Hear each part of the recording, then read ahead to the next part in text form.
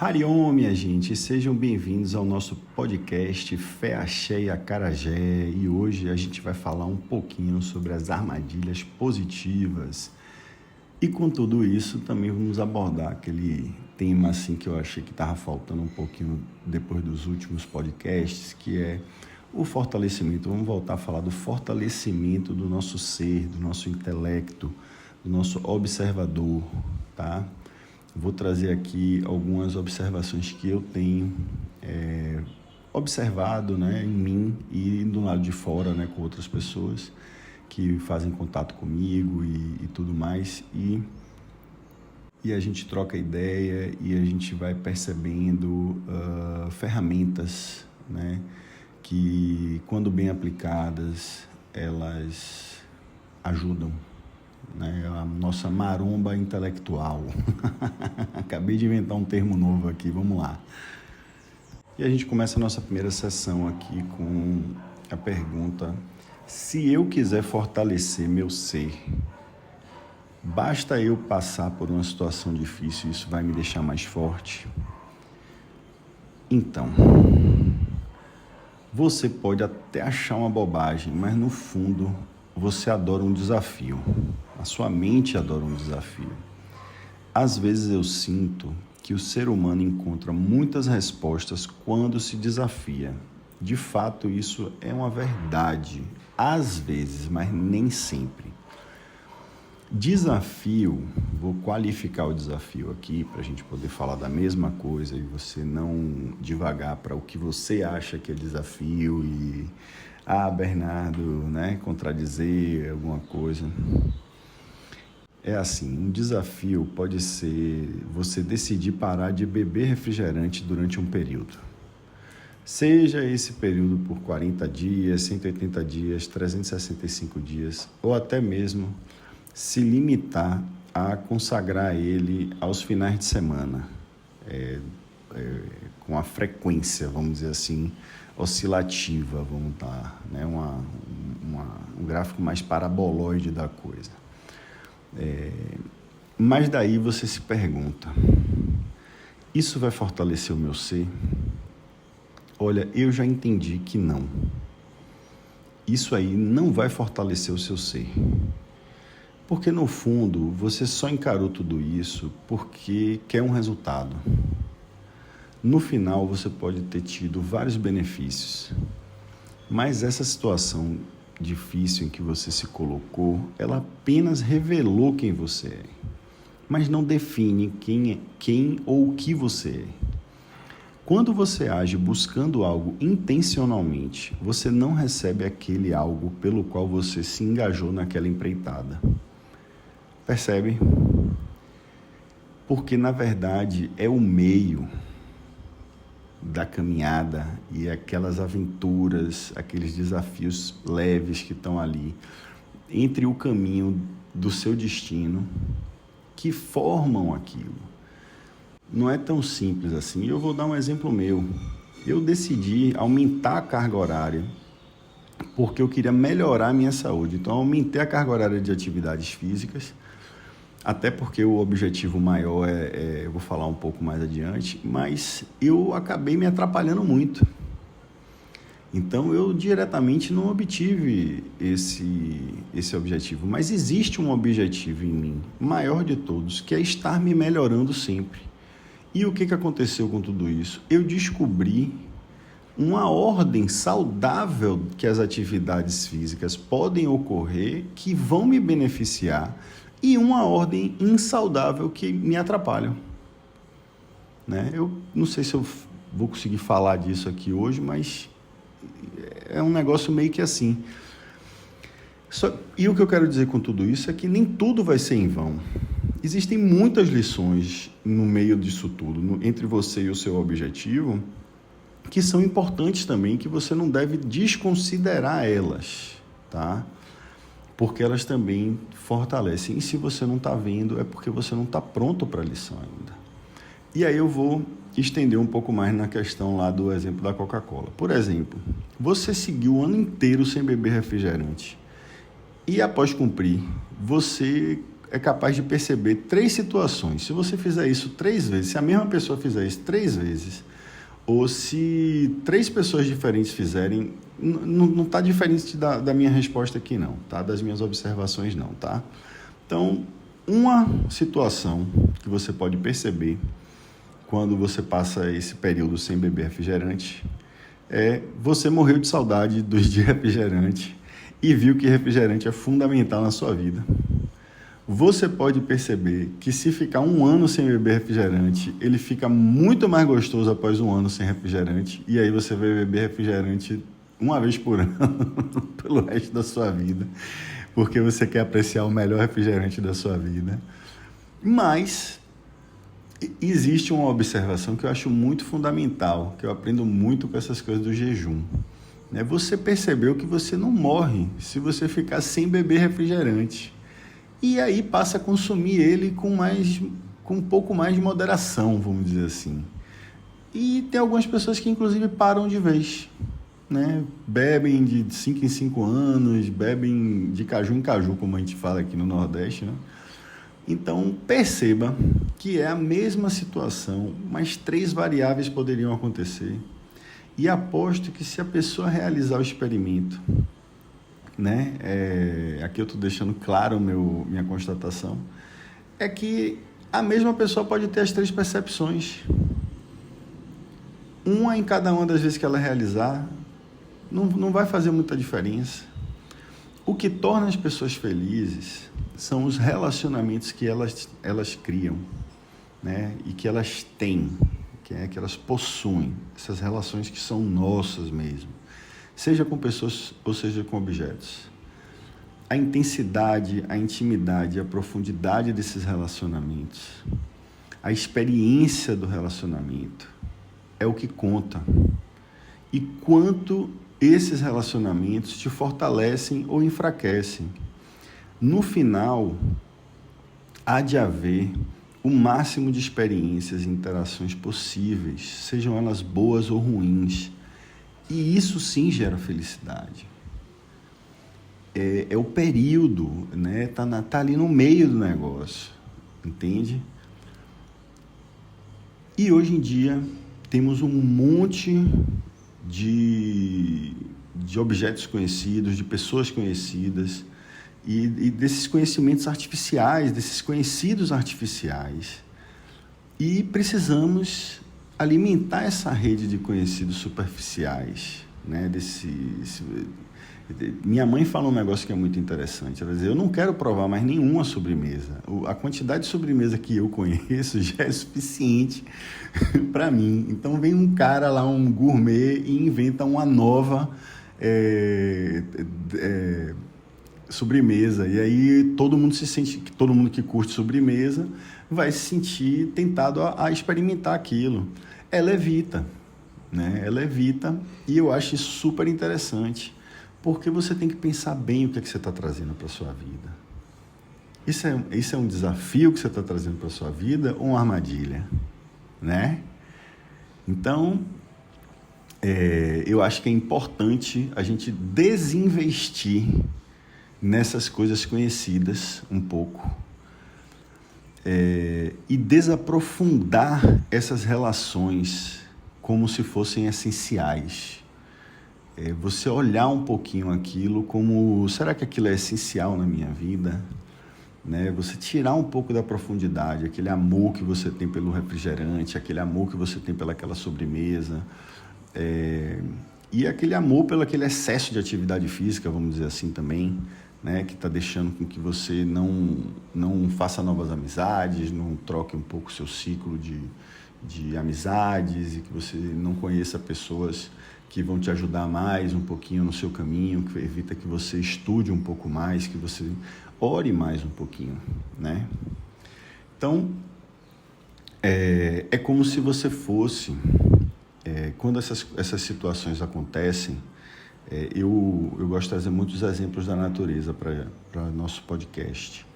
E é como se você se tornasse uma árvore, né? Como se você fosse uma árvore que quer ser super frondosa, mas você não quer ter raízes profundas. Porque essas relações, elas não vão ter profundidade, elas não vão ter autossustentação a um nível tão profundo que você tenha com elas. São os excessos de refrigerantes, os excessos de doces, de comida industrializadas que vão tornar sua mente a sua inimiga. Porque no dia seguinte vai ter uma ressaca. A gente já sabe os efeitos de tudo isso na vida da gente, na nossa cabeça, na forma como o nosso corpo age. Então, é importante. Por que a gente tem isso? Por causa da autoobservação. Eu estou falando aqui, crente que você está se auto-observando, tá? Então, vamos lá. Então, se você quer ter raízes profundas, e ser uma árvore frondosa, super frondosa, como eu disse aqui, aquilo que vai dar sustentação, que você precisa para se sustentar, não estão nesses objetos e nessas pessoas com menos valores do que você. E não venha me dizer que o que a gente trata aqui no nosso podcast não tem a ver com autossustentabilidade, tá? Eu já falei antes, acho que falei até na época que eu fazia live lá no Instagram. A autossustentabilidade é uma ideia que brota em nós, dentro, um ideal, uma utopia, tá? O apelido você pode escolher também, você pode chamar de outra coisa também, não estou definindo o que é autossustentabilidade não. Mas até o discurso do Federer outro dia, falando que perfeição no tênis é impossível, que por mais que ele tenha ganho 80% das partidas que ele jogou, ele só ganhou 54% dos pontos que ele jogou, E que o que tornava ele campeão eram outras observações, tá? Então é um pouco sobre isso que eu quero esclarecer aqui para vocês logo, tá? Eu nunca vi uma utopia que funcione 100% e a todo vapor. É isso que eu quero deixar claro aqui. Porque a autossustentabilidade de um todo, e que eu tenho essa noção, já falei para vocês aqui, que é difícil de alcançar, é impossível de alcançar, 100% da autossustentabilidade, você viver só daquilo que tem. Nem as plantas são 100% autossustentáveis. Porém, é utópico, porque eu nunca vou desistir de acreditar que seja possível, porque acreditar nesse ideal me melhora. Não é, a gente mira nas estrelas, que é para atingir o céu às vezes. E essa é uma armadilha positiva que eu adoro ter. Eu monto essa armadilha em mim. Eu prefiro cair numa armadilha como essa, que eu já estou consciente de que fui eu que coloquei lá, do que ficar caindo na armadilha dos outros, achando que vai dar 100%, que isso vai resolver enfim, acho que a gente já sabe onde eu estou querendo chegar aqui. Bom, e a profundidade dessas raízes, que eu tanto gosto de nutrir em mim e quero que você nutra em você, o nosso ser, o nosso observador, ele funciona como as nossas raízes, mais profundas. Por quê? Porque o ser humano é uma árvore de cabeça para baixo. São essas relações, que nós temos do olho no olho, de escutar o meu amigo que está ligando para mim agora. Já pensou? Ele ferrado, recém-separado, mas eu preciso fazer um negócio aqui tão importante, e aí não dou atenção. Mas eu preciso ver essa pessoa, esse amigo, porque um dia fui eu, ou um dia serei eu que preciso dessa escuta. Porque o gesto da escuta, ele não tem preço. E no meio desses desafios que nós temos, a gente escuta muita gente, Porque não se trata de ter grana e dizer, eu não posso escutar, mas escolhe o melhor terapeuta do Brasil que eu pago para você. Não é sobre isso. É sobre você, o meu amigo, me escutar. E eu não tenho solução para você, e você não tem solução para mim, meu amigo não tem solução para mim, eu não tenho solução para o meu amigo, tá? É só aquele lugar de alguém estar escutando a minha dor, a sua dor, a dor do meu amigo, e isso não tem preço. As pessoas deixaram de fazer isso porque vivemos naquilo que o Byung-Chul Han vai chamar de sociedade do cansaço. todo mundo tem que produzir e tal, meta tal, isso e aquilo tal, tem que ir para cima, para frente, isso e aquilo. Cara, é um passinho para frente muito suave. Cuidado para você não botar a sua barra alto demais. Tá? A gente antigamente saía do trabalho e a gente ia para casa e ninguém podia te achar. Na verdade, você não podia receber um e-mail, porque o computador ficava no escritório, as pessoas não tinham computador em casa, mas hoje em dia você sai, você chega com o seu computador e sai com o seu computador. Às vezes a empresa nem te contrata se você não tiver computador, porque ela vai te atazanar a noite inteira, então você nunca desliga. E isso não é o ser humano, tá? Ser humano, humanidade para mim é um conceito definido por a gente fazer mais coisas humanas, tá? Errar, por exemplo, é uma delas, tá? Então, quem erra, para mim, é humano, é mais humano do que tudo, entendeu? E segue adiante, né? Então,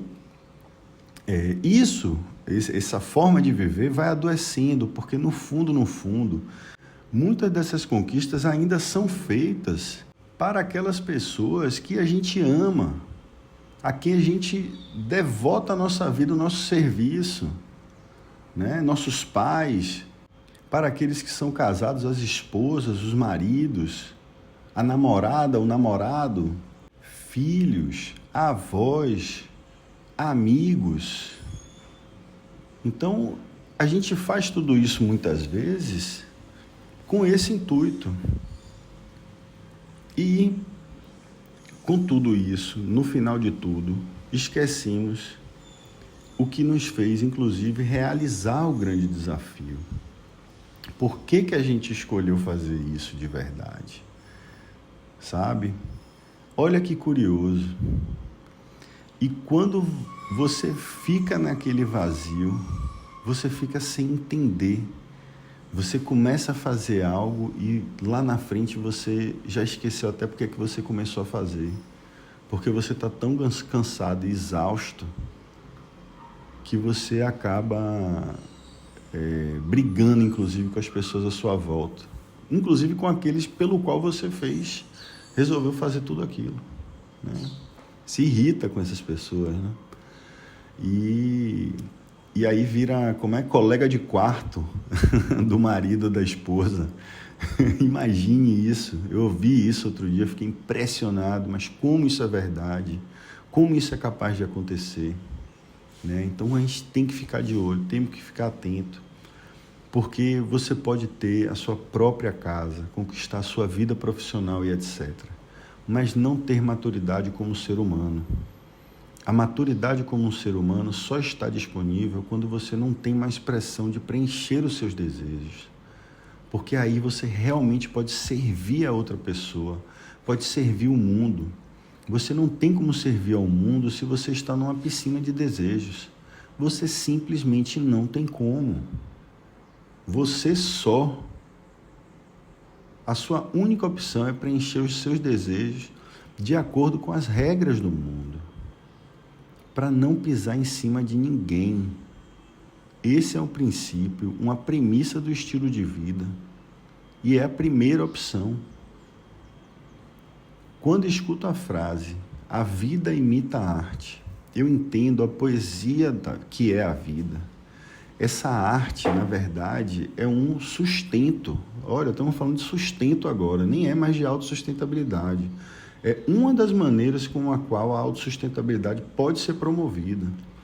Uma maneira de obter força, de nutrirmos-nos e da qual precisamos infinitamente dela. Falar da criatividade, da criação e da criatura me intrigam, porque dá a impressão às vezes que a arte é apenas legal, acolhedora, prazerosa, mas ela não é.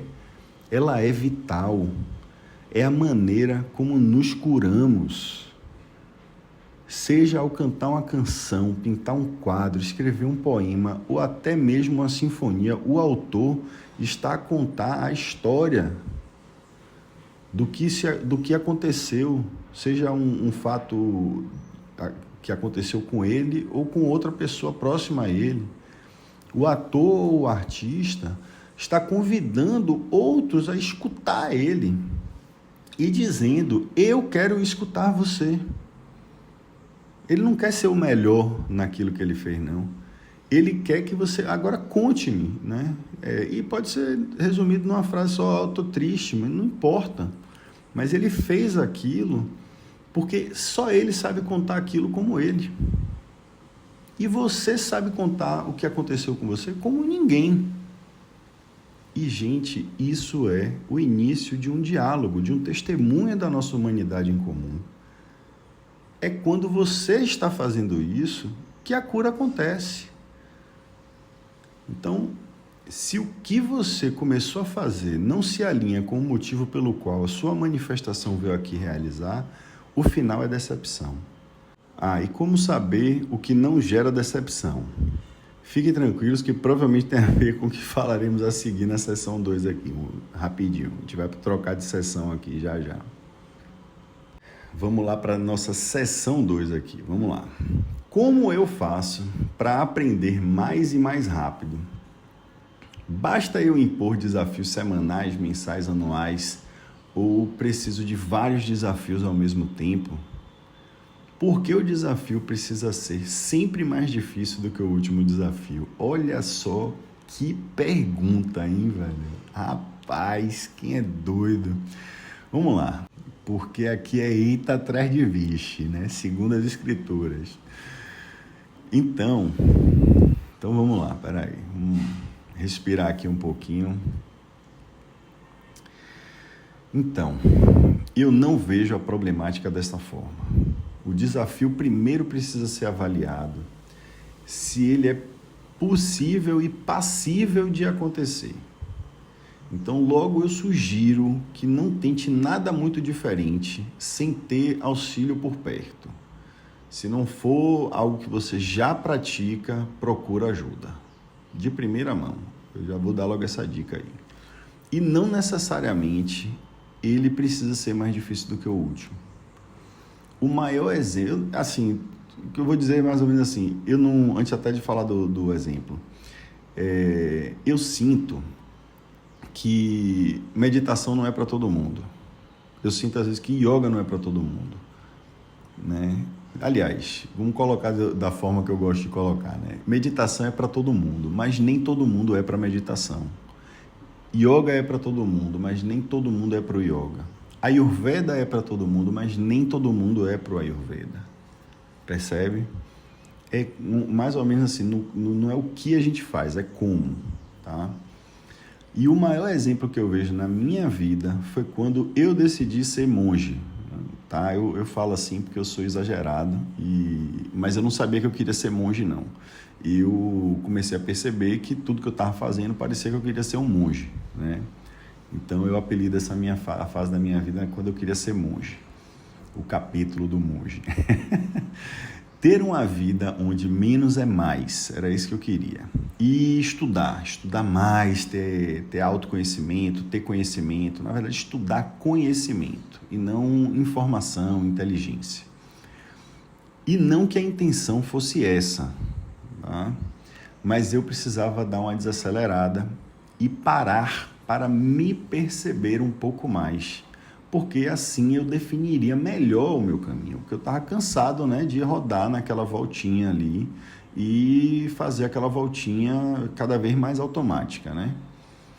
E eis que um monte de gente vem para mim dizendo que eu tinha que acelerar. Olha só que onda, velho. Tô eu querendo desacelerar e tá o outro lá, tem que,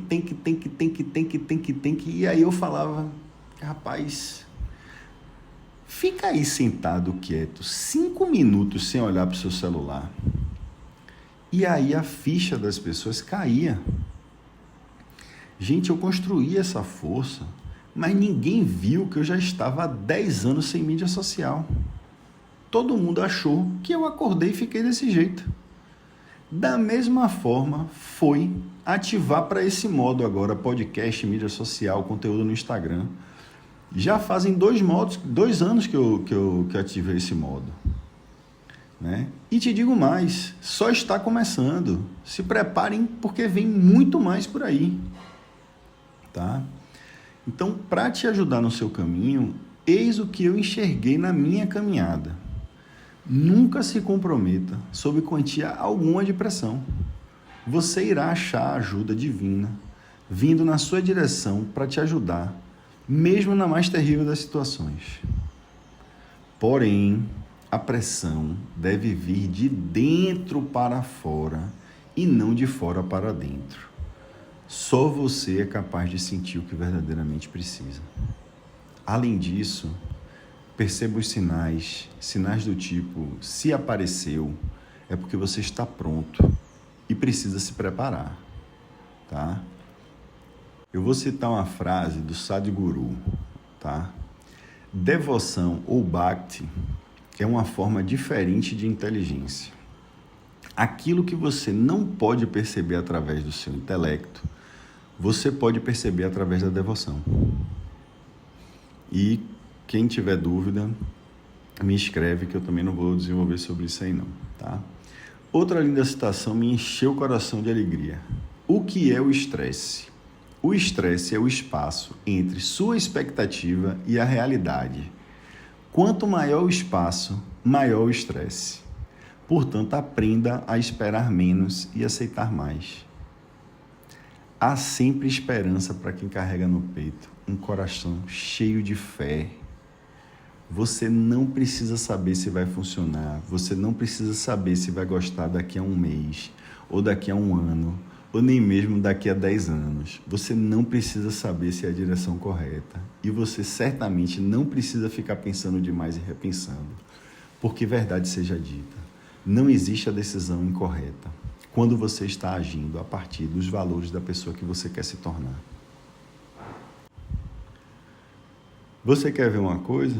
Eu vou falar um negócio aqui. Para evitar uma tonelada de problemas na sua vida, vá para a cama no horário.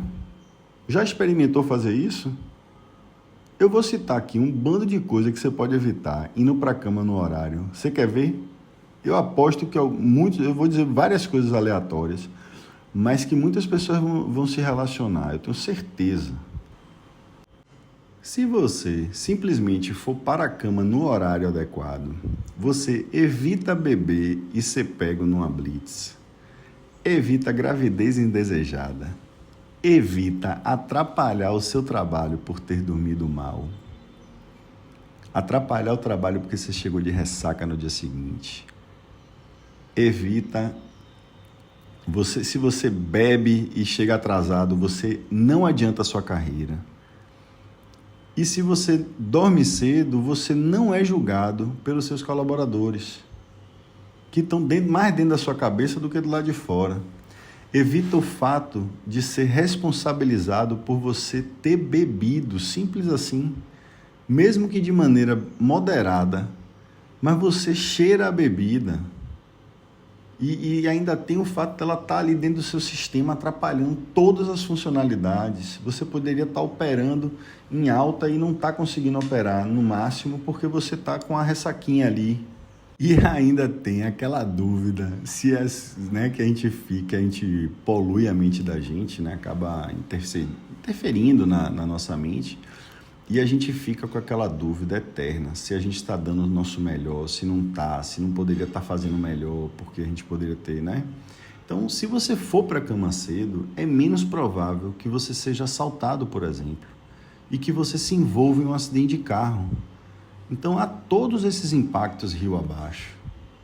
A gente tem que olhar um pouco a vida rio acima, tá? Porque não é fácil a escalada. Você, dormindo cedo, você tem mais qualidade de sono em geral. Quando você vai dormir no mesmo horário todos os dias, simples assim. Você cria, só porque você dorme na mesma hora, você já melhora a sua qualidade de vida. Isso também significa que você vai ter longevidade, você vai aparentar mais jovem. Não quer dizer que você vai viver mais assim, não é uma coisa certa. Mas você não vai ter olheira, por exemplo. Vamos lá, né? Quem é que nunca lutou contra uma olheira, né? Então as pessoas vão até te elogiar por você não ter a idade que você tem, aparentar a idade que você tem. Só disso muita gente ganha o dia. E tudo isso por causa desse comportamento central que você escolheu adotar para a sua vida. Então vai para a cama no horário E se você se programar para dormir às 9, será impossível você dormir demais e perder o horário, porque se você acordar às 5 da manhã, terá dormido 8 horas. Já fiz até a conta para vocês.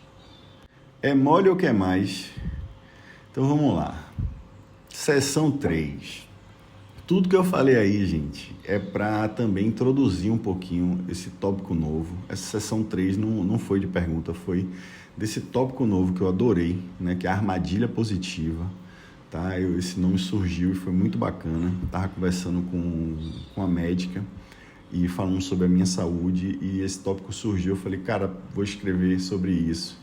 Foi muito bacana, né? Estava lá no consultório e a gente falando da saúde, eu cheguei nesse ponto, né? E lembrei de algumas coisas que eu vou citar aqui para vocês. Então, ainda tem espaço para utopia, sim. Falei que a utopia é massa, é uma armadilha que eu gosto. Por quê? Porque a utopia é uma coisa sem a qual o homem não pode passar, que é o sonho. O sonho, gente, é importantíssimo na vida de todo mundo.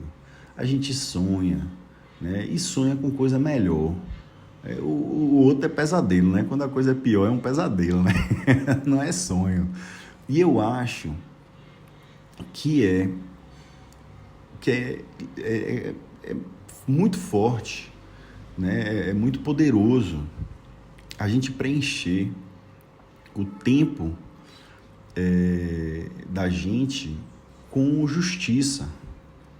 Porque enquanto houver injustiça, né? Enquanto existir a falta de liberdade, a gente vai criar um espaço para o sonho e a utopia permanecerem por aí. Mas é óbvio, gente, nem tudo que passa na nossa boca, nem tudo que passa na nossa cabeça precisa ser materializado, tá? Então, para esclarecer um pouquinho o que é uma utopia, né, antes de mais nada, eu acredito que é um modelo mental que te permite ser tão poderoso quanto possível. Como eu falei, mirar nas estrelas para alcançar as nuvens.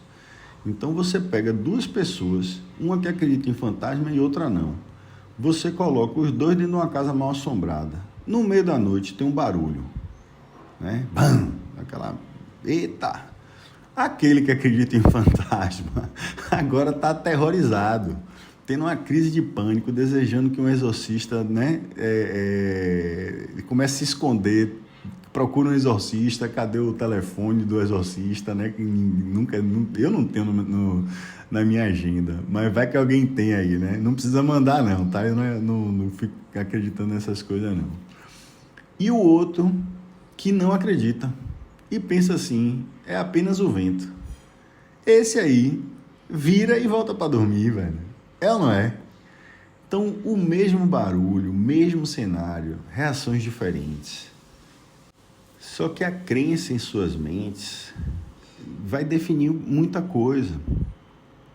Uma que aterroriza e estraga as suas vidas é aquela crença na mente que se vira contra a própria pessoa. Então, se a crença em um estado de depressão está lá e esse pensamento está sequestrando o seu poder, então eu paro de acreditar naquela ideia. Não é possível. Aquilo não é autossustentável.